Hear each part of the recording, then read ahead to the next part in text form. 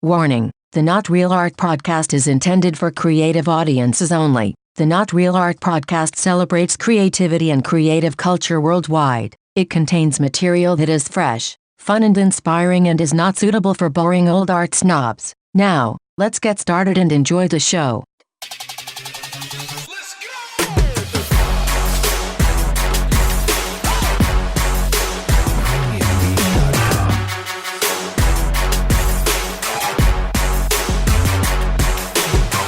Greetings and salutations, my fellow art lovers.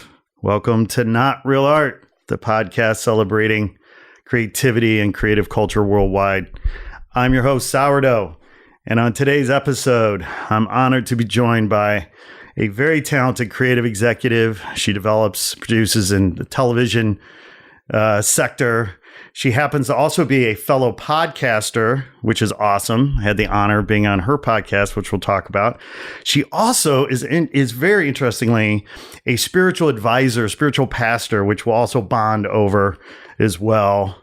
I want to welcome the very wise, one and only Karen Frost. Hey, I am starting to just own that idea of being wise. I love that intro. You name it and claim it, right? man. That's what it's about. And do you get that a lot? Do you get that now that you're a pastor? You're like, people coming to you? That is exactly what happened. Yeah. And it was really, I didn't expect it because as I was in ministerial school, I wasn't planning to do anything with it. Mm-hmm. And I never had this idea of, by the time I finished ministerial school, I am officially one of the wise ones in American culture. But that's exactly what happened, is there was this shift where people started looking at me differently and speaking to me differently.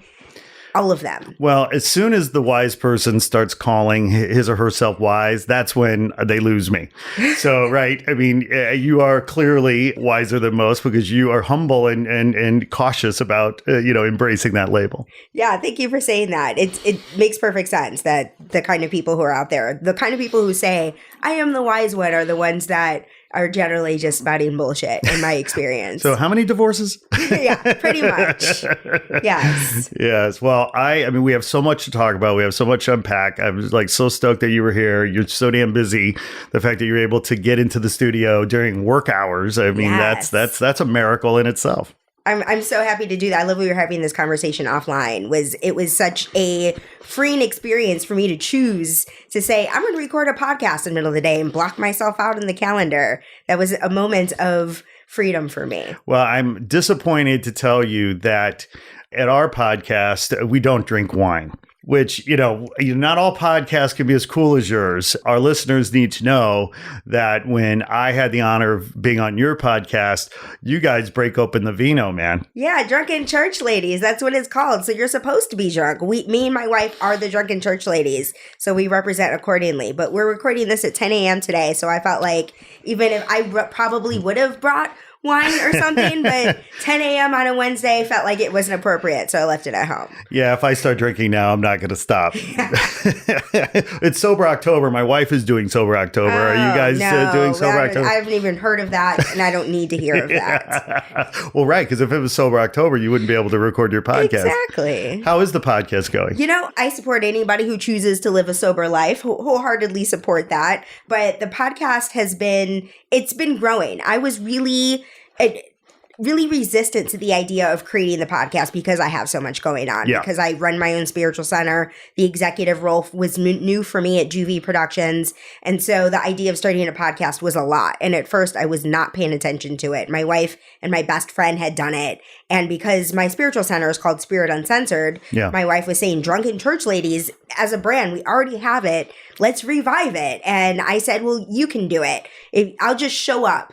And as I've been starting to do it, I'm starting to feel like I'm coming into my own skin, getting used to the idea of like producing the conversation, watching the time. I can be a kind of Nazi about the time. And so I'm learning this podcast, actually, Not Real Art inspired me to think about my constraints that I add to our structure around time. But I have this thing of like, where's that balance between a loose, unstructured conversation and something that's tight and polished, but at the same time, you want to allow for freedom. I feel like freedom is our word of the day so far. Absolutely. It's so funny that you say that because your podcast and I'm not just saying this because you're sitting here, I was so impressed with the sort of segmented nature of the show and the structure, and it was quite rigorous around the organization, and you have bits, so to speak. Yeah. Right? And I thought that was fantastic, and I'm now at a point with this show, 66 episodes or something in, I think you're number 67,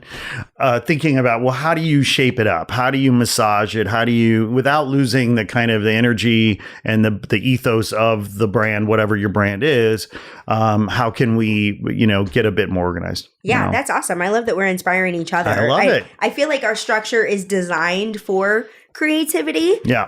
I am the only person that's a Nazi about it. My wife is enjoying herself every step of the way and is not looking at the clock. So me being in that role in that seat, knowing that that's what my job is to keep the show moving, right, so that we're hitting everything and that it ends up not, just not going on forever. Yeah. That's my intent. But at the same time, our followers are saying things like, why do you keep cutting her off? And so I've been trying to find a happy medium. Let her run, damn it. Let her run. Well, it's interesting because when we started this podcast, the little running joke for the first few episodes was, why are we doing this? The last thing anybody has time for, the last thing the world needs is another podcast. And so we thought we would address this issue in part by keeping our podcasts very short. So, maybe bite size, 15 minutes, 30 minutes tops, and of course that didn't last long because, you want to go deep, you want to get into some substance. Yeah. And, it's very hard to do it bite size if you want to, have something meaningful to contribute. And, so I think now we're running about an hour, maybe an hour and a half if it, is really rolling on some level. And, what do people have time for? What is the ideal thing? And I think part of the beauty of having segments or bits is that it changes it up so that people are, they stay engaged, they stay interested. They don't, I might lose people 15 minutes into the conversation just because I say something stupid, which I often do.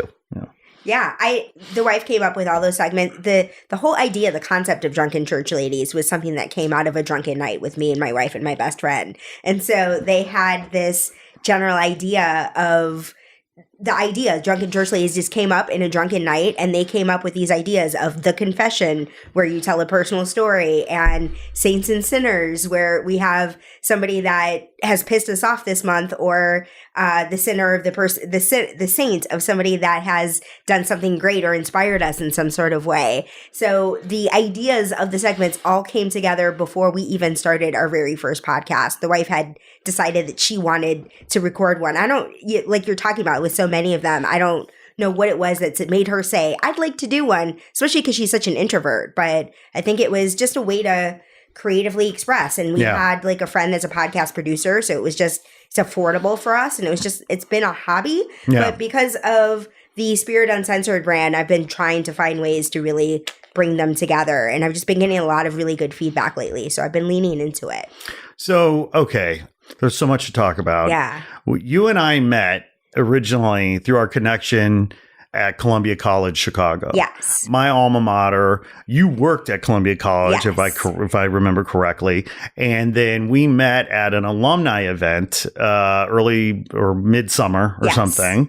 And of course, for whatever reason, maybe it's the Chicago connection, I don't know. But you and I just totally hit it off, and we're just like, but everybody from there is from Chicago, so it couldn't have been that. I know. Well, I think it has to do with the fact that usually when people go to mixers, they have this agenda. Yeah. It's I am trying to do this. I'm trying to get staff does a job, or you go with some kind of agenda. Right. And the two of us, I think we just came to like shoot the shit with other Chicagoans and have a drink and enjoy ourselves. And so we just happened to be the two people in the room with that objective. So it would make sense that we would find each other. And that's what we did, is we talked about spirituality and philosophy while we were drinking and being our Chicago selves. Well, absolutely. And your energy is infectious, but on balance, your energy is infectious. But then when you drop this whole, and I'm a spiritual counselor, advisor, minister, pastor, it intrigued me immediately because as a born again pagan, I lost my religion a long time ago, don't go to church, although I come from a long line of ministers.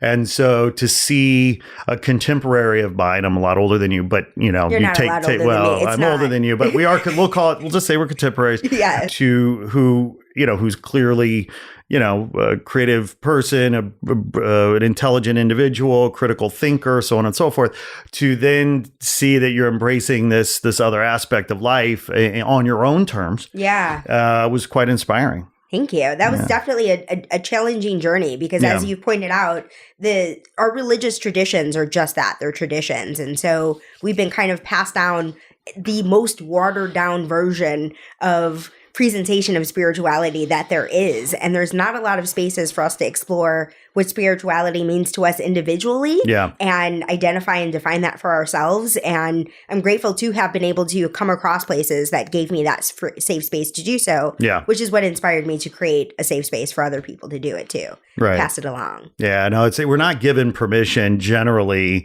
in this country to question authority, right? Or let alone the church or anything like this. Yes. So, yeah, I called bullshit a long time ago.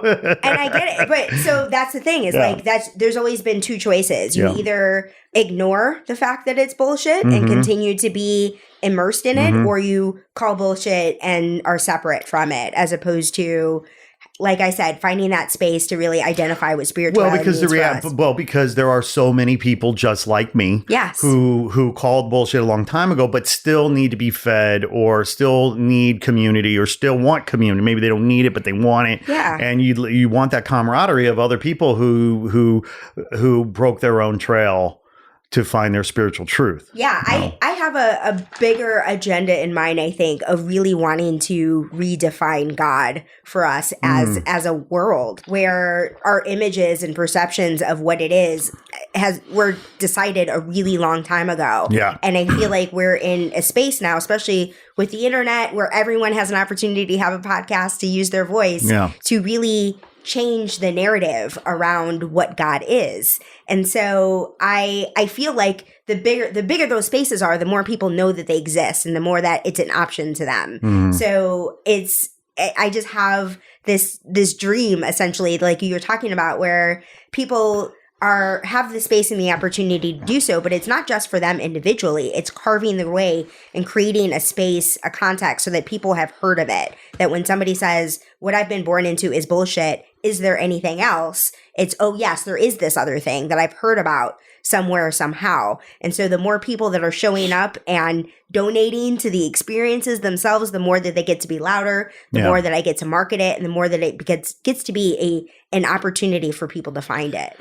So just because it's on my mind right now, and I don't want to forget because we usually do this at the end of the show, but we have so much to talk about, but where can people find you online? Find your center, find Drunken Ladies podcast, I'm guessing, Apple Podcasts, things like this, but tell our listeners a little bit about, your center and where they can find you. Yeah. RevKarenFrost.com is where all information about me is, the podcast, where I'm speaking, things like that. But Spirit Uncensored is the name of the spiritual center where I'm senior minister. And we hold events on the 2nd and the 4th Sunday of the month at Ahaya Center for Spiritual Living in Pasadena. And I'm really happy that we found that space as well. I had Spirit Uncensored started in a center in Burbank, which I am incredibly grateful for. But my wife just wasn't being fed by their Sunday morning services. And I wanted to be someplace where I was getting spiritual food from the place where I was giving it as well. Sure. And so I'm so grateful to have found this place that I feel like I can recommend to people to go on a Sunday. And at the same time, my wife wants to go there, so we get to be there Sunday morning and then do our event on the 4th Sunday and the 2nd Sunday twice a month. That's fantastic. So because you're a storyteller, day to day. I'm learning that. Right. Well, you're right. Yeah. I mean, owning you are that with the freedom. Yes. And, so I want to explore a little bit about how your 2 lives or three lives or whatever come together in the Venn diagram that is Karen Frost. Because one of the other interesting connections that you and I share is that you happen to work with a woman who happens to be friends with my wife, the one and only amazing Viola Davis. And so at her production company, JuVee Productions, correct? Yes. Okay. So how long have you been there? And talk a little bit about your role there as a creative executive. Sure. I want to touch on the storyteller part first and then sort of segue into that, because the Venn diagram of it all. Yeah. Because it's been an ongoing journey. Like I said, with around wanting to redefine God, at the same time, my journey of discovering who I am and using my voice has been ongoing. And I often say that as a half Black, half Jewish lesbian, this idea of not fitting into any box made me feel like I can see things from the outside, but I never really valued my own voice. And I'm just now coming to terms with it. And honestly, JuVee Productions is what created that safe space for me to use my own voice. It's a company that is really populated predominantly with people of color. And I've never worked in entertainment at a place where you have somebody like Viola, somebody who's very well established, super inspirational in her own right. Yep. So they're all people who've worked really hard to get to where they are. And at the same time are creating the safe space for people of color to tell their own stories and not feel the need to justify their story to the person in front of them. Yes. And so I experienced this privilege of meeting with writers, producers, directors on a daily basis as they're sitting across from two queer people of color. Me and our head of TV is he's a queer Asian man. We're both married. So the fact that you're meeting two queer people who are both in same-sex long-term relationships is mind-blowing to a lot of people. Yeah. And when we create this space where they don't have to justify their stories to people, I've recognized that privilege. I just finished a pilot script of my own that I've been going out with and talking to people about, just because Congratulations. Thank you. By the way. Because I just now found my voice. I knew what I wanted to say and how I wanted to say it. And the very first person that I met with to talk about it asked me these questions where I realized, oh, she's asking me to justify my story. And she doesn't know it. It's not a conscious sort of, I wouldn't say it's that whole idea of unconscious bias, right? Like, she didn't see a person who is different than she is and has a very different experience than she does in front of her. She saw me as the way she sees every Hollywood person. We're all the same. We're all in it together. We're all using our voices in our own way. And she asked me a lot of questions where I'm realizing that this is the thing that writers have been talking about their entire careers, and I'm just now experiencing it for the first time. Yeah. But JuVee has given me the space to really identify my own sense of self, my own clarity. So I didn't have any problem when she said, could you ever write from the perspective of not somebody who's a person of color, something that's colorblind that anybody can play. I could say, no, that's not something I would ever do, because all that means is that you're whitewashing, that you're taking away the cultural specificity and the cultural signifiers of that person, and pointed out the difference with my culture and her culture as an example that had come up earlier in the coffee. And so it was just this understanding that JuVee is giving me the education to use my voice, the safe space to use my voice and to explore both the entertainment industry and what I have to say in it. Yeah.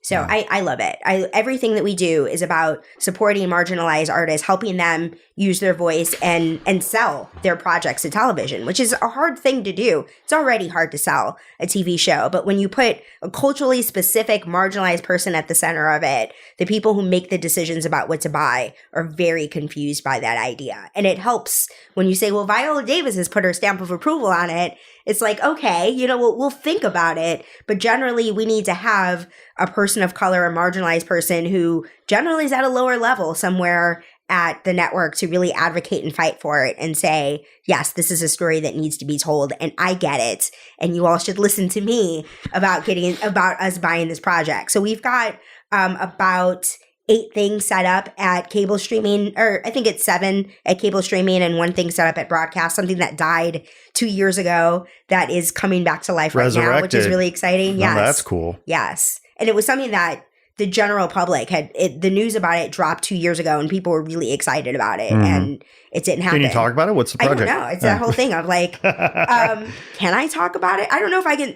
When I say resurrected, it's loose. Give me the elevator pitch. The project is called Black Don't Crack, and it's basically the African American Golden Girls, and the resurrection of it is still super, super early. So I can't even, I am saying out loud right now that it's not official, that nothing has been signed, but something that looked like it was dead 2 years ago may not be dead. Right. And that's really exciting. I love it. I love it. So tell me again how long you've been at JuVee? I've been at JuVee for 2 years. I started off as the office manager for the first year and created the creative executive position for myself. Okay. And were you at Columbia before then? What were you doing? No. So the whole journey is... let's break it down. I was at Columbia in 2008 when the economy did that thing. I was working for a broadcast journalism agency. That agency lost, basically half of our clients got fired on a single day in 2008. So that was pretty much the end of that company. Although it ended up kind of morphing into a speakers bureau. Somebody there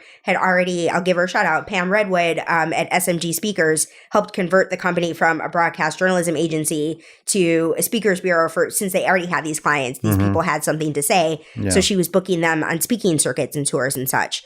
And so, but as the agent, for me, I needed something else to do. And 2008 seemed like a really bad time to get in my car and try and move to LA this day. I'd been planning it all of my adult life, but never had the guts to do it. And so 2008, I ended up, I wrote a cover letter to Columbia College for the admissions counselor position saying that I didn't go to this school, but I should have, and here's why, and pointed out how my school did not prepare me to do the sorts of things that I wanted to do, and how I noticed Columbia grads doing the kinds of things that I wanted to do, and how they were well educated and well equipped to do that. So they gave me the job, and I was there for a couple years, but was very clear, now is the time. I'm going to go to get in my car and move to LA. And that's actually how I ended up falling into the spiritual center thing to begin with, is I didn't have the faith to move here and trust that I wasn't going to end up homeless on the street or a failure or turning right back around and coming home. I didn't have the money. I didn't have the resources. I didn't know anyone. So the idea of doing this was utterly terrifying. No safety net. No, none whatsoever. Yeah. And the idea of I needed to learn what this thing of faith, what faith means and how it works. Yeah. To make the decision. And so I just Googled spiritual centers and I think I Googled Chicago and spirituality and came across a place. It was called Chicago Center for Spiritual Living at the time. Right now it's called Bodhi. And it introduced me to a different way of faith that didn't have the dogma behind it of stories from 5,000 years ago, where it really taught me how to use the law of attraction. And so I trusted that I understood how the law of attraction worked, and that at the time I was dating my wife, and we decided to get married and move out here together. So we came out a week after the wedding, and I was using the law of attraction, doing my best, and it wasn't working. I was not getting anywhere where I wanted to go in entertainment. So because the spiritual center is what gave me the faith to move here to begin with, I started taking more classes to try and figure out how the law of attraction works, because I was not getting anything in television. And so I took this class that the homework was what we believe essentially is that your beliefs create your personal experience. And so if you are experiencing something that you don't like, it's on you to identify what belief you have that created it, and on you to change it. And throughout my entire exploration of the law of attraction, it was usually like, if you believe it, you'll experience it. But I never thought of it from the reverse of if I'm experiencing something I don't want, I am who created this. And I recognized I had all of these biases. Part of it was to break into entertainment to begin with, you usually have to start off as an assistant. There are very few people who've gotten around it, and people who get around it generally don't get the education that you get. Yeah, that is valuable as an assistant. So I was all for that idea, but I could not get anyone to give me an assistant job. And I realized that part of it had to do with my own bias around organization, that I'm not good with time management and just the stuff that makes somebody a good assistant. Those qualities were not natural for me. And so I realized that I didn't have to have that belief anymore. I didn't have to believe that I would be a crappy assistant. I could be the best assistant ever. It's just a belief that I have to choose. I'm smart enough and capable enough that this is something that I can choose. And the other thing were just biases against the TV industry. And so it's, why would the TV industry want to hire me if I have these internal biases that I'm walking around with? And so I did like a forgiveness exercise of releasing all of my biases, and I claimed that I am the best assistant ever. And literally while I was in this class speaking this prayer, I got an email from the president of Studio Lambert asking me if I was still looking for a job. And that was my first full-time job in the industry. It came from that prayer in that moment. Right. And so my entire experience with spirituality has been a series of that, of identifying how I've been holding myself back from some kind of belief. And the moment that I shift it, then my life changes in that very second. So it's been something really easy for me to create spaces to talk about because it's working for me. And that's all I talk about is my own journey. Yeah. Yeah. Wow.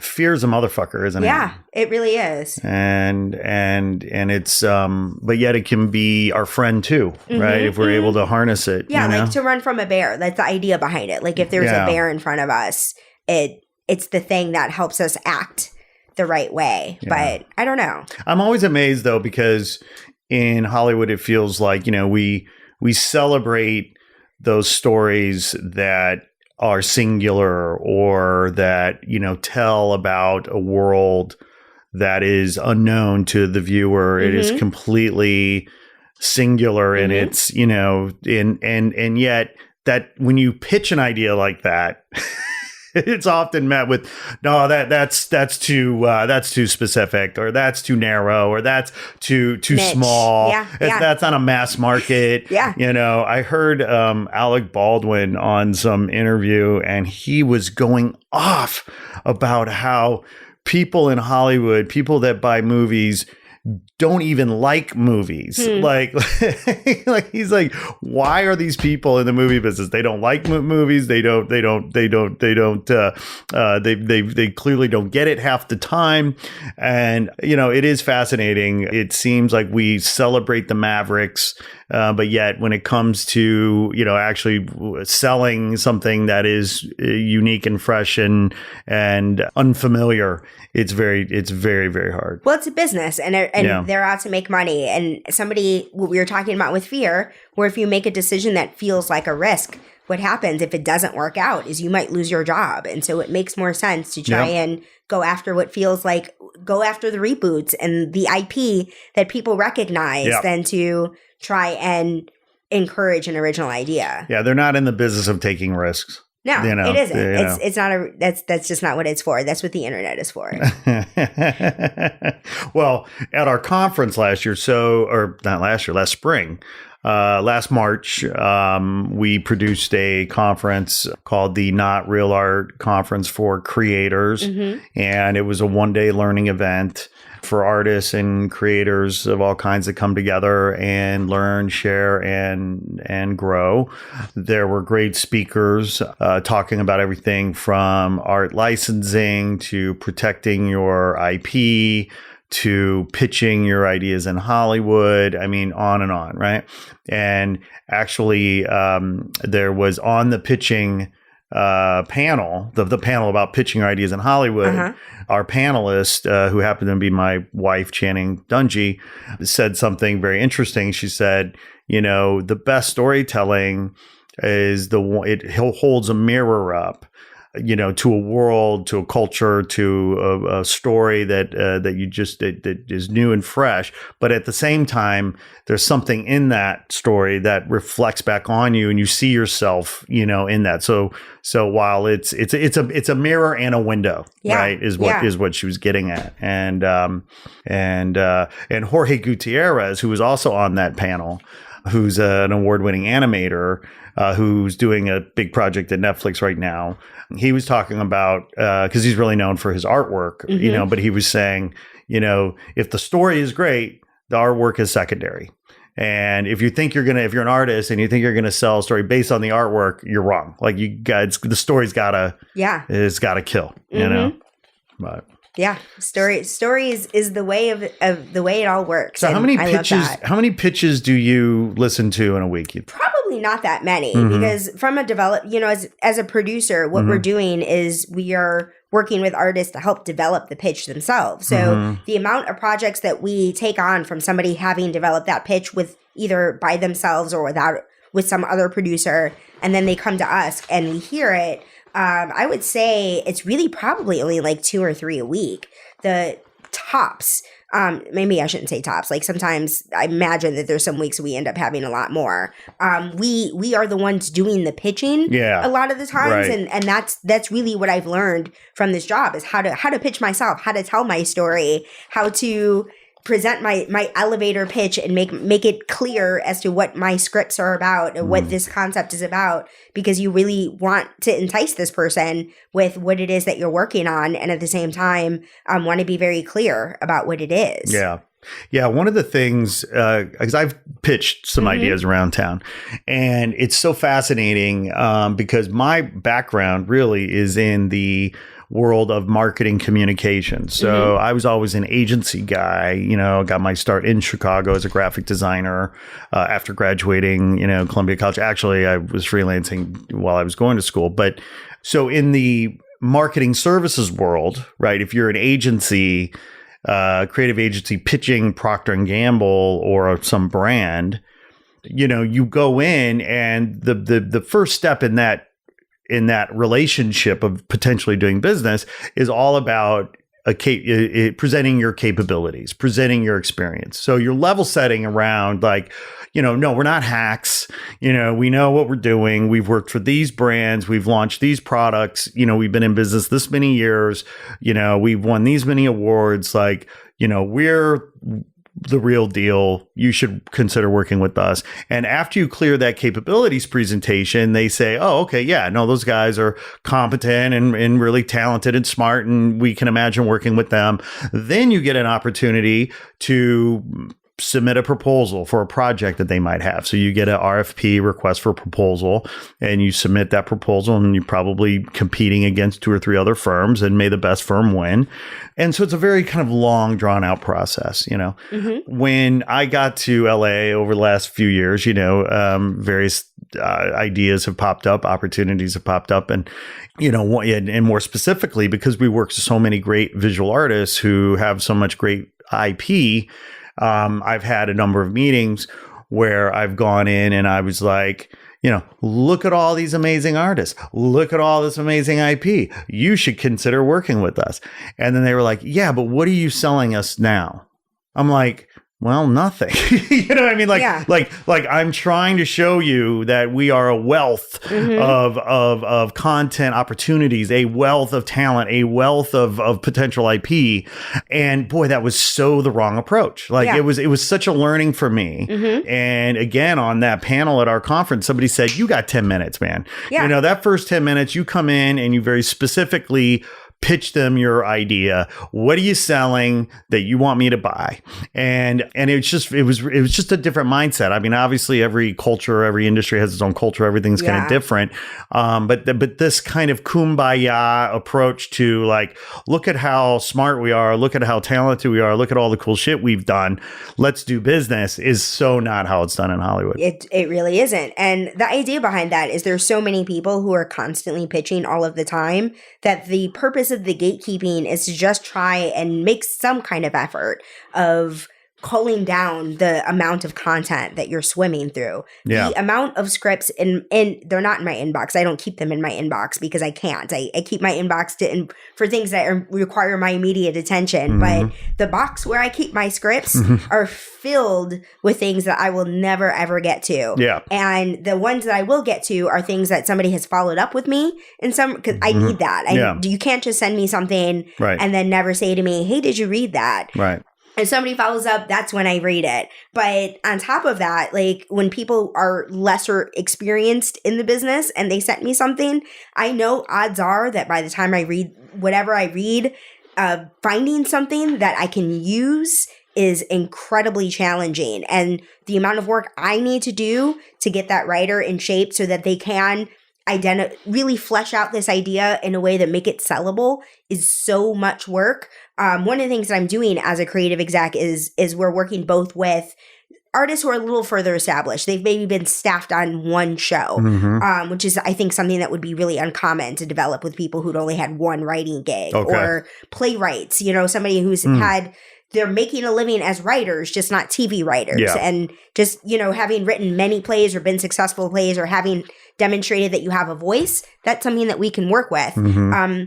But somebody who has no writing experience, no professional writing experience, that's a lot of education that's put on my shoulders. And my boss, the head of TV that I mentioned earlier, was really good about supporting me in this pilot, where he's read every draft and helped me get this thing into shape. And this is time that he took out of not reading those scripts out of his inbox or wherever he keeps his scripts from doing that. But he values what I bring to the table, and this is a way that he could support me, and I'm grateful that he did that. But we don't have nearly enough time to educate people, and because the industry itself is constantly changing, the world is constantly changing, there's no way to get a proper education on how to develop, pitch, and write for television without literally being in the trenches and doing it.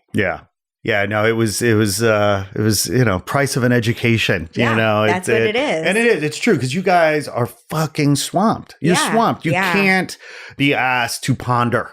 Right. Like wallow in the collaborative spirit of like, oh, we could do this and we could do that. No. What do you have for me today? And I've got to do the work of identifying which one of these pieces of IP will work. And I'm not familiar with it as much as the person who's selling it to me. So I need them to know my brand and tell me what things that I should be looking at to help cull the material down.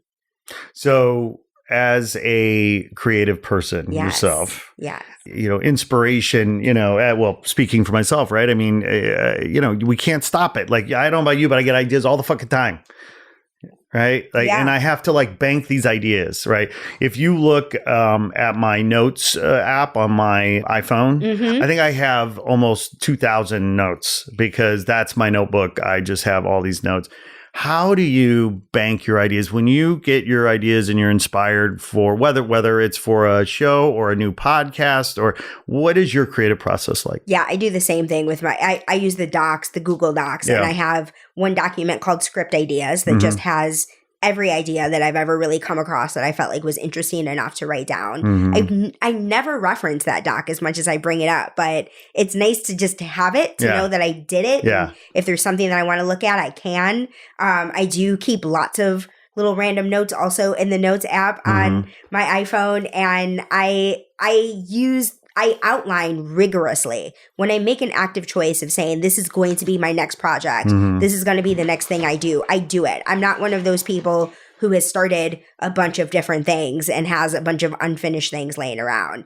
I'm really focused in, this is going to be the next thing that I spend my time on. And so I pick that thing and start with an outline, and I outline forever, like months at a time. And I've scheduled productivity weekends for me at the top of 2019. So whenever a productivity weekend comes about, either I focus on one of those projects that I'm outlining, or if I've got something else, but it's a rigorous outlining process. And then once I feel like the outline is clear and complete, then I go to draft, and then I get notes and thoughts on the drafts. And based on those notes, I go back to outline and do it all over again. Because for my last project, everything had been a page one rewrite. This last round was the first time that I had it. I didn't need a page one rewrite. My concept worked, my characters worked, my world worked. There were just some notes, some changes to make, and I did it. So can we hear this? Yeah. Pitch it. I mean, I want to hear this story. I'm going to use the notes that because I was like, so I'm going to be on here. I should at least, the log line. That was the big one, is what's my log line? So it's a Black lesbian recluse with a mysterious past is pushed outside of her comfort zone by her larger-than-life transgender Latinx bestie when a cute girl moves in next door. So, it implies it's a rom-com, and my thought process behind even the fact that there's a transgender Latinx character, there's an intentionality behind it. I didn't just do it because it's popular. There's a secret around that character that gets revealed in the last moments of the script that makes sense why she is of this identity. And same thing, the Black lesbian, she's inspired by my wife. It basically takes place in Lepanto, Arkansas. My wife is from Mark Tree, Arkansas. Okay. And there's a grocery store in Lepanto called Roaches that I think is hilarious, right? Are you fucking kidding me? I'm like, you buy your groceries from a place called Roaches. And the guy who owns it is Mr. Roach. So it was like they never really processed the fact that this was hilarious. He couldn't get past his own narcissism to realize. It's just what they do in Arkansas. You make something with your name on it. So like for me being an outsider of looking into a place like small town Arkansas, I enjoyed the lens. And to be fair, I mean, Roach's a Roach's reputation in Arkansas is got to be way more wholesome than a reputation in that a Roach has in, say, New York City. Yeah, yes, right? Absolutely does. That's part of the reason why I think they didn't really process it. That's right. I don't know, but there are just so many funny things to me about it just created the space, created a natural opportunity for humor. And everything that I kept trying to write that was in Chicago or in LA, it was like, we see Chicago and LA all the time. And Lepanto, Arkansas is not a place anyone has ever seen. And just the name Lepanto. Right. The name is funny. Yes. What part of the state is Lepanto in? I've driven through Arkansas many times and I've been to Little Rock. It's closest to Jonesboro, which is famous for one of the very first school shootings. It's an 11 and a 13-year-old who shot up that school. So that's why Jonesboro is even on the map. But now it's one of the fastest growing cities in America is Jonesboro, Arkansas. Mm-hmm. So they have access to Red Lobsters. And Jonesboro used to be in a county that was dry. Right. Actually, it's still dry. Like you can't buy liquor from the store there, but you can get it from a restaurant, and you need a membership because the way that they do things in Arkansas is they made it so that Black people didn't have the same rights. And so they did things like you had to have a membership to have access to alcohol, and the memberships were only at country clubs that kept Black people out. And so now that we've gotten a little further past racism, just a little bit. Places like Red Lobster have a membership thing, so you have to sign up to get a glass of wine when you order from there. And I don't know why. The membership thing is also very prevalent in Utah, right? The Mormon thing has our Mormon brothers and sisters have a very specific kind of system around drinking and what have you in Salt Lake City, where you have to be a member to drink, but yet you can be sponsored if you meet a member there. They'll say, "Oh yeah, I'll sponsor him. He can have a drink." So it's very, very loosey goosey. And then but you can only have one drink on the table at a time. So it's like, and you have to finish that drink before you order another one. And they can't set the new drink down without taking the old drink. Like it's a very weird thing. But the dry counties thing is always interesting. Have you ever bought booze from a bootlegger? No, I have not. But in Arkansas, when I'm with my wife, sometimes at my mother-in-law's, somebody will come over with wine, with liquor that they made. Sure. With moonshine. Yeah. And I'm like, yes, I am here for this. I'm so glad this person just showed up at the door with a jar of moonshine. That's culture right there. Yes. That's survival. I love it. Yeah, I once found myself in a dry county in Western Kentucky. Mm-hmm. And we tracked down a bootlegger, the white trash motherfucker in deep in the woods in a trailer, with a fucking cardboard sign with his Sharpie that said "open" in the door. Yes. And you banged on the trailer door deep in the fucking woods of Western Kentucky, and you could buy a bottle of whatever and go on about your way.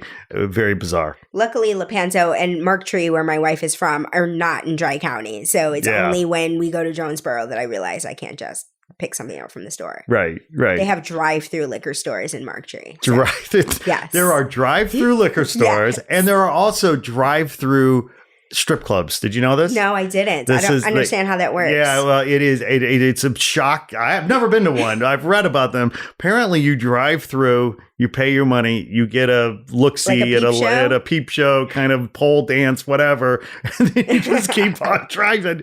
I don't know how desperate you have to be to either, patrons there, be a patron there, or be a worker there. But my heart goes out to all those people. It helps with the privacy, I think. Like, no one's going to run into you at the strip club. I guess maybe they could see your car, but only the one car in front of you or behind. Wait, is that my pastor's car? Yes, exactly. It's for the pastors. That makes sense to me. So for our listeners' benefit, I just want to read a little bit about JuVee Productions. Yeah. And I just, pulled this down off the website. Great. Because I want to make sure that they understand this fantastic company that you're with. JuVee Productions is an artist-driven, LA-based production company that develops and produces independent films, television, theater, VR, and digital content across all spaces of narrative entertainment. JuVee Productions seeks to produce economical yet premium, sophisticated, and character-driven stories, with an emphasis on producing narratives from a diverse range of emerging and established voices alike. JuVee Productions aims to become the go-to creative hub where the next generation of filmmakers and artists have the space to craft dynamic stories spanning the broad spectrum of humanity. That's awesome. We have a great mission statement. You do have a fucking good mission statement. Yeah. Like, that's no joke right there. Yeah. Like, where do I sign up? Right? That's the whole thing. That's why I have more content you hiring? I can handle. This podcasting thing, I could give this up in a heartbeat. That's why way more than I can handle, because people love that. And I'm glad to be able to create the space for it. It's just our time is limited. Yeah, right. For sure. Well, that's just it. I mean, look, what I've said to so many people is good ideas are a dime a fucking dozen. Mm-hmm. They are. The issue is execution, yes. And when it comes to selling, God damn it, you got to be good. Yep. You got to be on it. You got to be, clear, concise, passionate. And people have to be able to compare it to something else. So, right. I mean, part of the structure of this pilot that I was working on was it's written within the intention of cable or streaming. So it's got to be, somebody reads it, they know exactly what home this would live on, and learning what that structure looks like, right. and how to do that in a way that's surprising and interesting and compelling. That's not easy to do, which is why I needed a professional producer to help me craft this. Yeah. I have this idea, right, which I've been toying around with. The working title is Sunday School, right? And it's essentially Breakfast Club, the movie, set in church. Yeah. Right? I get that. Yeah. Right. And the inspiration was really my own life, right? Because I was raised on the church pew, me and some of my life oldest friends. And our parents were, deacons in the church or leaders in the church. But of course, we were raising hell. But yet we were just young, dumb kids trying to find our way, trying to learn, Yeah.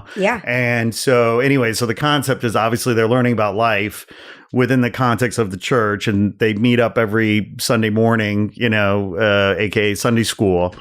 But you talk about it, finding something to compare it to, like, it just dawned on me the other day, like, oh no, this is Breakfast Club set in Sunday school. Which is amazing, because Sunday school has to be Breakfast Club. That none of these people chose to show up to this place because I shouldn't say none of them showed up because someone else will be there. You always have the do-gooder who is there, because they, the rules.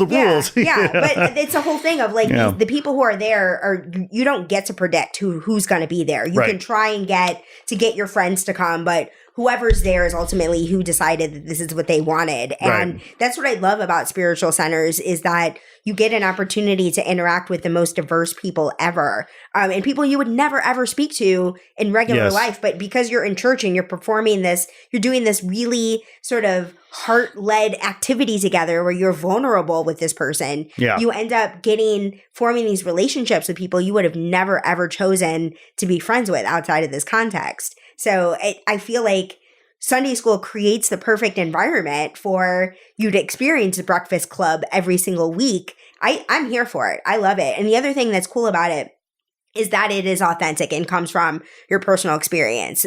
Those are always the best pitches. When someone says this is what I did. This is a story that happened in my life, because that's nothing that anyone can ever write. That your perspective, your church, your town, wherever you were, is so specific to you that it's not replicable, but it's still universal at the same time. Absolutely. And you have like this other situation, because I think back, right? And it's like, here we were in puberty, horny as hell, 12, 13, 14 years old, whatever it was.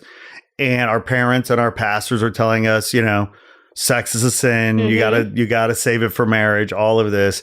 And yet, here we are making out in the church basement or whatever. Right. I mean, just so many. It reminds me of Big Mouth in some ways. Big Mouth. I haven't seen that. I'll have to check it out. You really should check it out. It's animated on Netflix. Okay. And right. I've seen it advertised. It's an incredibly frank representation of what a horny 12, 13-year-old life is like. Nice. Okay, good.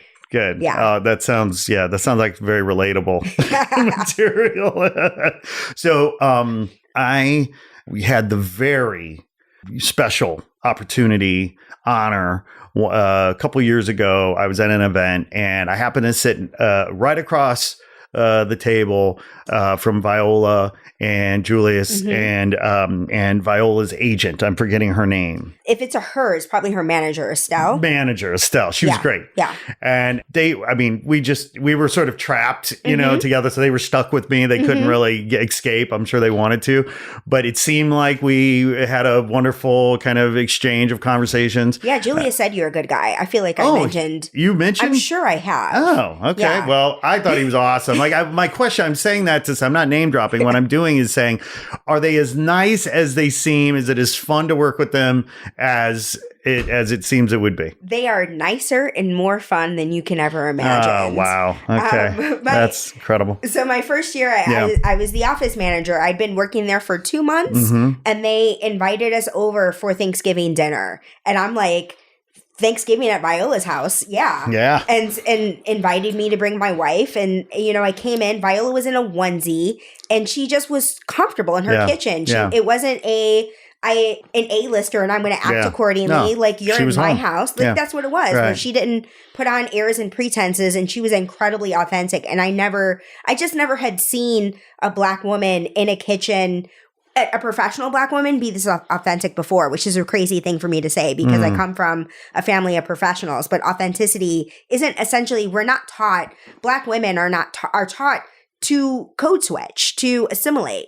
And so being in a professional setting means that you put on your best face and your best foot forward. And Viola's, in a onesie, telling her truth in a kitchen full of who the fuck ever is here with no really regard or concern as to whether anyone's going to share any of these stories on the internet. Like, incredibly comfortable in her own kitchen. And I've never seen that. Yeah. My own family Thanksgivings are incredibly fun. Have some, we're authentic because we're comfortable with each other.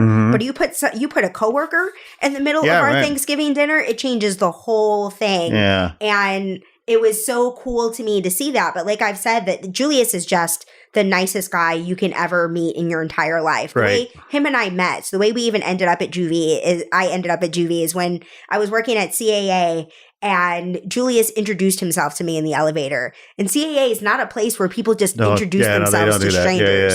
And an elevator. This was the first floor. We were only going 3 floors up. It was not the slowest elevator ever, but we ended up having a conversation and I had drinks with somebody. Basically, I'd said that I'd had drinks with what I thought was his assistant. I didn't know he was the Julius Tennon, I was like, I think this is the guy, but I'm not sure. Yeah. And I'd had drinks with somebody from the office. And so I said, I think I had drinks with your assistant. And he proceeded to describe someone who was not at all who I had drinks with. And I fully acknowledged that. And we laughed about it. Yeah. And I said, I'm going to go find out who that was. And turned out that person was the VP of the company. And I had no clue. So I reached out and I said, hey, I just ran into Julius in the elevator. I'm looking for a showrunner's assistant, writer's PA kind of job. And he said, well, we've got this office manager job available. And that's how I ended up there. But the fact that it came out of Julius introducing himself to a stranger at CAA is representative. Like lots of people come in the office because they met Julius in an elevator. Yeah. I'm actually trying to get him to be less nice. You know, we're all very, very busy. Yeah. And that's been my objective, is to say, to have the conversation, but don't tell people who you are and what you do, and thank them and don't take their card. Well, and let's not call them back. That's hilarious because he gave me his card. He told me to call him, like, let's get together. Because we really, you know, I felt like it was like we were like really like having a nice, authentic, real conversation. We were stuck together for well over an hour. And so for him to do that, it felt really nice. And I actually had every intention of following up. I did not. And part of the reason I didn't is because, you know, it's weird because my wife works in the industry and knows a lot of these people on a professional level or works with them or what have you. I'm very protective of that and protective of her. And while I don't think anybody's giving me their card just to be nice or because I happen to be married to so-and-so or whatever, you know, at the same time, like, I'm just extra cautious about being like, hey, it's Scott Power, but let's have lunch, you know, whatever, you know, because it's not my world. I'm just sort of like, you know, related to it, you know, so anyway, I just thought the world of Julius when I met him. And it's so funny to me that you're trying to get him to be less nice because he was so fucking nice. Because we're busy.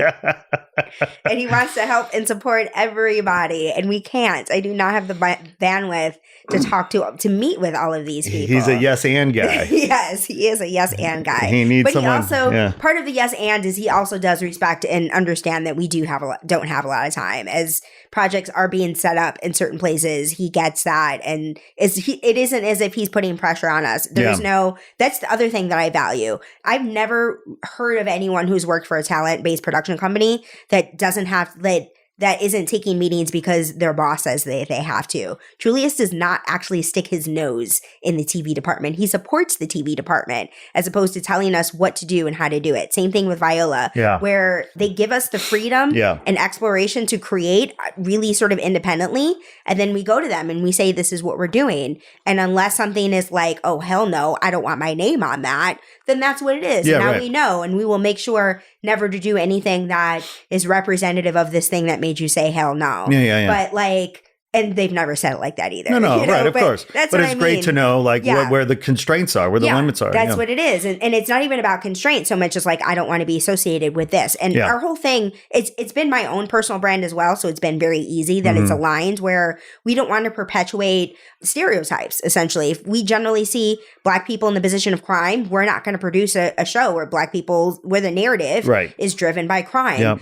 Because we see so much slave narratives, we're not doing that. And if for some reason we're open to the exploration of it, it means that somebody is executing it in a way that is incredibly different than we've ever seen before. So civil rights stories is another one where, you know, we never say we won't do this, but we're not doing the next Selma or whatever it is. Like, that's not something we want to be aligned with as a department. And Julius and Viola completely support us and our objectives and our kind of personal mandates around it. But it's nice that I don't have to take meetings because Julius met this guy in the elevator. Basically, I'm telling Julius that I think he could spend his time better, but it's not that he's mandating it of me, or like they call this like FO, friend of so-and-so is like a term I've heard a lot. And FOV, this is an FOV. I've never had an FOV meeting ever. I've never had a script I've had to read because Viola said, you need to read this, which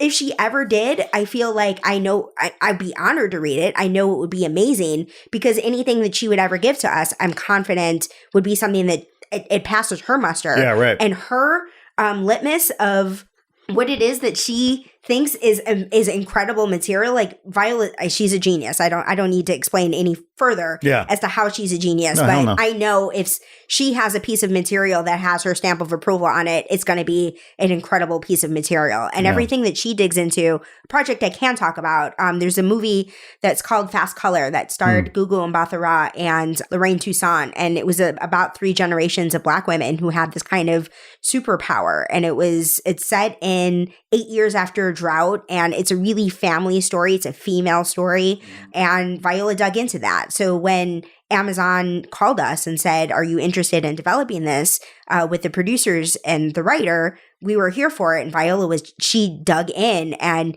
came to the meetings because it was a project that she was really passionate about. And I agree with her. Of all of the things that we needed to have her voice for, that was it. And I'm glad that we didn't have to, fight for it, that she got it, she saw it, she heard it, and she brought incredible, valuable insights that was blowing my mind. Every word out of her mouth is freaking wisdom. We were talking about me being wise. This is why I'm reluctant to own it, because everything out of Viola's mouth feels like wisdom. She's like our modern day Maya Angelou, though she would never claim that for herself either. She's someone who doesn't, she's equally as humble as well. So it's an incredible environment. I could not sing its praises higher. Yeah. Wow. What a nurturing, empowering place, it seems. Yeah. That's exactly what it is. Where are your offices? We're right in Burbank, near the Warner Brothers lot, which is fun too, to look out the window and have the opening of movies kind of be my view outside every morning, and the water tower. It is pretty crazy, right? The history and the epic stories behind the stories. I mean, just like, because you're literally in the belly of the beast, so to speak. And it's good for me to now understand how people of color have been left out of the conversation and why the fight for us for representation is such an uphill climb. But at the same time, I'm optimistic because I see so many people who are incredibly smart and educated and in the fight that aren't giving up and working within the context and the confines, like your wife, that are really sort of blazing the trail for people of color behind them. I really feel like we're on the precipice of a civil rights movement that is taking place in present day. Yeah. It's fun to be a part of it. Yeah. Yeah. God, can we just fucking throw gas on it already? You know what I mean? We are. I think Trump is gas. No. Yeah. I mean, I'm just like, I'm so impatient. As a white dude, I'm impatient. I can't believe, I mean, the patience and the steadfastness and the courage that my friends of color have in the face of all this bullshit is so inspiring to me, because I know I get so angry, on their behalf. I can say that I mentioned my multiple identities, that there has been so much growth in this world, or I should say in America, that it's been challenging for me to keep up with. I have to shift my own mindset to step up to the ceilings that were put in place that are really being lifted and taken away. And so I have to own who I am and speak up for myself in ways that I'd never felt like I'd had the opportunity to do. And now that I recognize that I have it, I have to lean into it more. But the amount of freedom that I experience as a lesbian is crazy to me, that when I was 17, we were just having a conversation about the existence of LGBT people when I came out. It was new language for me. And I felt like television is really what helped create the space for it, where I had the language because Will and Grace was on, because Ellen had come out on television. I knew it was not such a foreign concept for me to say, this is who I am, because other people had done it on TV, but they had just done it that freaking year. And so I was 17, this was 1998 that I came out. And so it was such a scary thing, but at the same time, I wasn't afraid, because I knew that we were on the cusp of really shifting our relationship to the LGBT rights movement. And now I'm sitting in a chair in 2019 at a time where gender non-binary is a conversation that's being had, and that my email signature has my gender pronoun preferences, specifically because we're having conversations about pronouns. That's something I would have never anticipated from 1998 to 2019. For me to be legally married, when my wife and I got married in 2011, it was not legal in Illinois, and we had to drive to Iowa. We had the wedding in Chicago and drove to Iowa to make it legal. Right. And 3 years into our marriage, it was federally recognized. And the amount of advancements that there has been in such a short period of time, to me, it's as fast as it could. It's breakneck speed from where I sit. And it's a miracle, and it's so amazing, and it's so inspiring, but it's like also so fucking confusing when you look at sort of, when you look at what's happening in the federal government, right? When you look at the Supreme Court, when you look at how conservative our at least our federal judiciary and our federal government seems to be going, right? And yet, like on the state level, right, there seems to be a lot to get excited about, a lot to be, so this disconnect, right, between what we see on television or what we hear or read or whatever, and what we experience in our daily lives. Certainly we live in LA, and that's a, sort of its own kind of unique place. Our country is a very diverse place. Arkansas is probably, at Roaches right now. I'm wondering what's, what people are doing.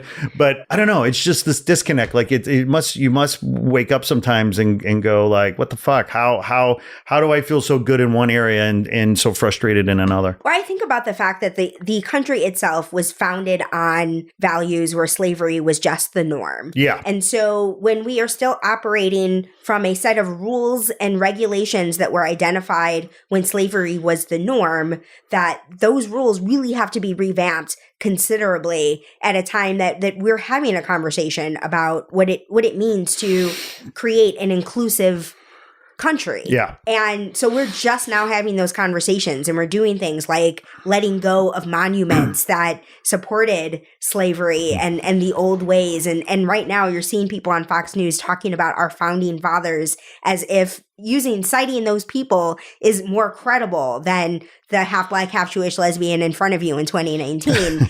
And the reality is just that shift of letting go of what no longer serves us and really identifying what does serve us from this point forward. It's a clusterfuck of an experience. And so I think it's going as fast as it can. Yeah. I don't have any judgment around it. Yeah.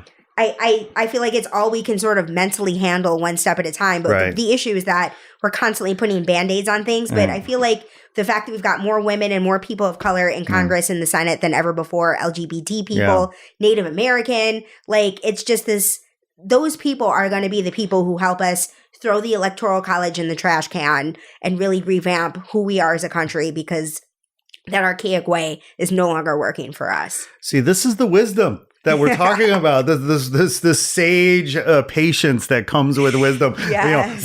My impetuous white privilege will not let me be patient. It's like so like wild, but it's so true. Like there's so much to be, and it's all happening. Like it's sort of, what is the chrysalis, right? I mean, the caterpillar becoming the butterfly. I mean, this country is being reinvented and rebirthed in so many ways. And yet understanding where we come from and how we got here is critical in terms of finding that patience, right? Because, as I've said, listen, let's remember this country was founded by religious zealots, Puritans who committed rape and genocide and slavery to found their white world of religious freedom.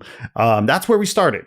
Yeah. So let's let's put it in context. I mean, I'm not one of my, so many of my liberal friends here in LA, certainly when Trump got elected, what have you, it was like, oh, the sky is falling.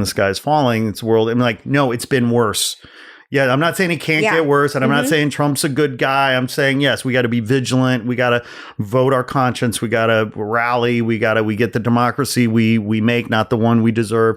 Like all hands on deck. I'm not suggesting we rest on our laurels, but the sky isn't falling. It's been worse. We've come a long way. Yes. This is a blip. Remember, Obama was just our president. Yeah. It's not even a blip so much as it is historical. Yeah. Like I know who George Wallace is and the impact that he made around segregation because he was somebody who stood up actively for it. And the reason that we've moved beyond Jim Crow and segregation is because they had to be in place for somebody to dismantle it. Yeah. Somebody has to say, this is how we should treat people who are other, for other people to come up and say, no, we need to make substantial, significant changes to ensure that this doesn't happen again and that people are no longer treated this way as a norm. And so I'm grateful for that flow, the fact you have to have a yin and a yang. Yeah. Somebody's got to be, you need an antagonist for our hero's journey to stir within us that makes us say, no, I'm going to do something about it and speak up about this and initiate change and believe in ourselves. Yeah. Somebody had pointed, Samantha B. Love Samantha B. Me too. Pointed out how the Koch brothers, of course, were the ones who shifted the conservative agenda away from climate change towards believing that climate change doesn't exist, that these two people in particular recognize that their pockets would be affected by government supporting climate change. And so because of that, they were against it and identified ways to really lead the Republican Party to be a party that does not believe in the existence of it. And so I love the fact that Samantha Bee exists to make that stuff clear, but it also demonstrates that one person can have such a significant impact. If the Koch brothers can make us question, make half of the population in this country question whether climate change is real or not, someone else can do the opposite. Someone else like Greta Thunberg can do something about actually having us address climate change in a way that we haven't before. What a hero that young woman is. Like, incredible. Yeah. Fucking the moxie, the gumption, the power of her truth. I mean, because she's speaking truth to power, and that's, I mean, listen, I'm a dad, like, like one of the reasons I didn't want to be a dad is because I'm quite nihilistic when it comes to the environmental challenges we have. Like, I'm very pessimistic. I find it's hard for me to find hope when it comes to climate change and reversing the effects of man-made pollution. I hope I'm wrong. We adopted both our kids, so, our kids would have been here anyway. So I'm glad that we got them, and I'm glad we're trying to, put them on a path to realize their purpose in life and what have you. And, I don't drive a Prius, so I'm not going to sit here. I mean, that's just part of my nihilism.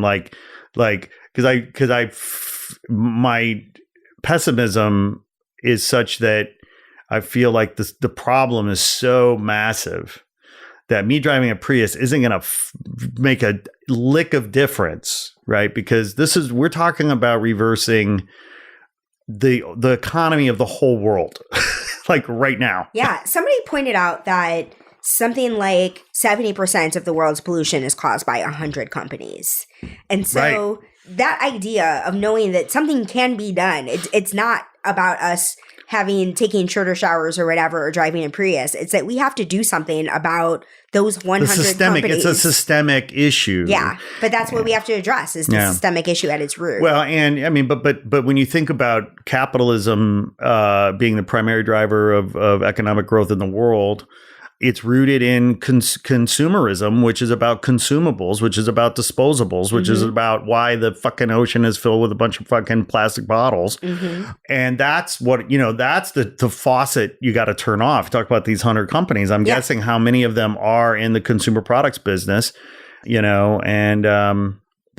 to your point, with new faces in Congress, with, the new changes happening at the local, state, and even federal level, there is hope. Yeah.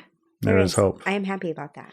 Yeah, there is hope. And my kids give me hope. The fucking, they make me laugh every fucking day, and they're smart kids who see things differently. And, so I guess there's hope if I look for it. Great.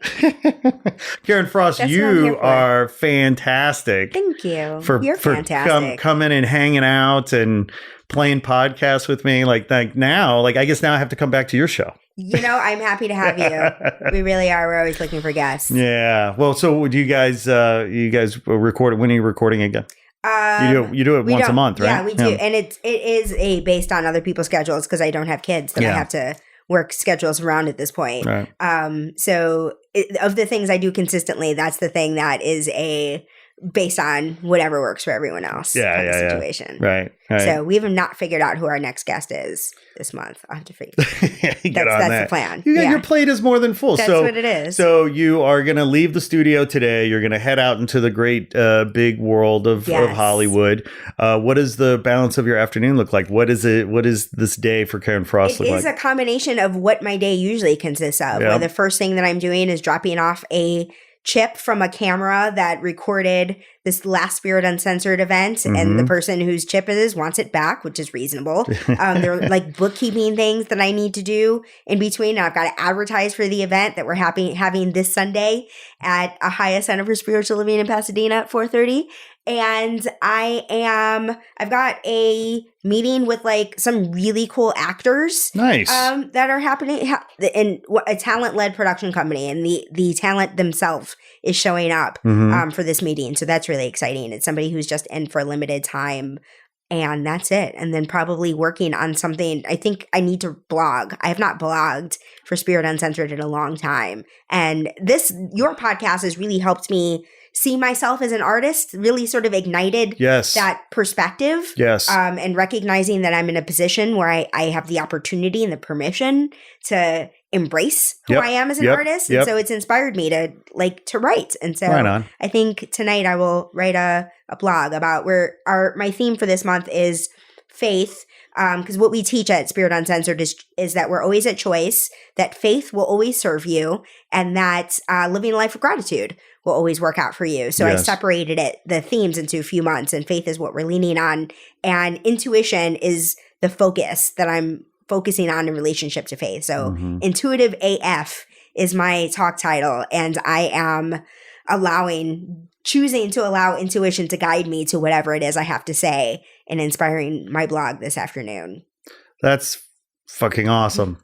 You know, the intuition, like you had me an intuition. Like I'm just thinking about how many I think in some of my biggest joys and some of my biggest pains in life have been rooted in my ability to either listen to my intuition or I disregarded my intuition. And it's like, your intuition's trying to tell you something, Are you listening? Yes. The way I ended up at CAA was that everything pointed me to it. Yeah. And I didn't want to be there. So like this place seems horrible. Why would I put myself in this position? Right. And I had to have no other choice. Every job that I'd been going after, every job that I thought I had lined up fell away. And it was if I don't get this by this date, I'm just going to go to CAA. And that's exactly what happened. And it was the best thing for me. And all the times that I listened to my intuition and I thought it had steered me wrong, I made a judgment about it of my intuition does not guide me in the right direction. And what happened is I didn't allow for time to pass and look back at that situation. Like there was the girl actually that was inspired as one of the characters in my Spiritual AF pilot was somebody that I felt intuition guided me to her, and the relationship died a fiery, burny death. And I was like, why would my intuition guide me in this direction? But what it did is it had me living in Iowa for a year. And that 1 year that I lived in Iowa, all of my best friends came out of that. And even my wife came from somebody that I met at a party it was a birthday party for one of my friends from Iowa. Yeah. So it was it ended up being an incremental part of my life, regardless of the fact the relationship didn't work out. That's not what I came there to learn. But I judged my intuition based on what didn't work for me, as opposed to looking at it from a macro perspective and realizing it had been working well for me all along. It's like the ruby red slippers. I have to ask, because I have family from the northwest corner of Iowa, near Moville, Iowa. Where in Iowa were you? I was she was enrolled at Iowa State. And so I was in this town, and I was working at the TV station in Des Moines, and it was horrific. Like I was in a car with this person who's kind of my boss, listening to Sean Hannity, and this man turned to me and said, slavery should have never been abolished. And I'm like, what do you mean? Like, I'm in a car. Like, should I be concerned for my safety?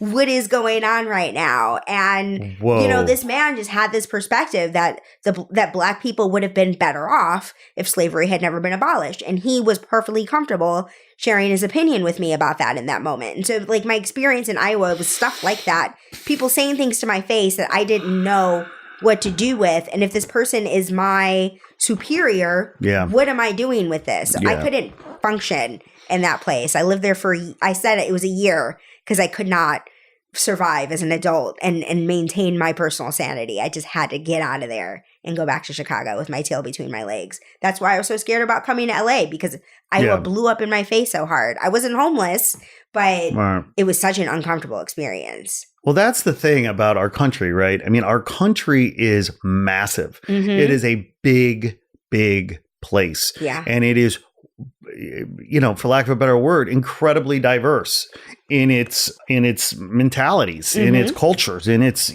philosophies or whatever.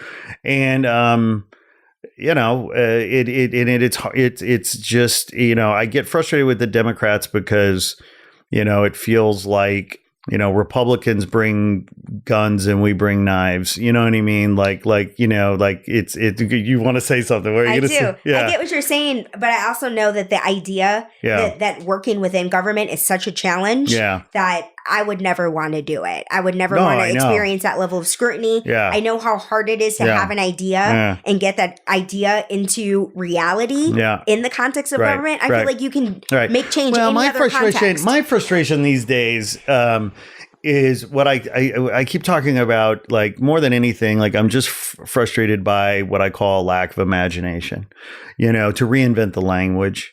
It's a lot of work. You have to retrain a lot of people. Totally, and it's right? Such a bloated industry. It's ingrained, right? It's ingrained. But but Obama did a great job, right, in terms of speaking to our aspirations and our hopes, and But it's about a human-centered government, Yeah. What Obama is criticized for is speaking about hope, but not actually making the change he set out to make. I mean, he was a politician too. I'm not one of those people that thought he was a perfect president. He was not at all president. He's a very flawed president. I voted for him both times, but yeah, I mean, it's like, it feels like we've got to figure out new paradigms, new rhetoric, because it just feels like the old paradigms aren't working so well. Every industry is bloated, and none of them are working. And the newer generations, the millennials, Gen Zs, everyone after that recognizes that it doesn't work, but they don't know how to get into those industries and fix them.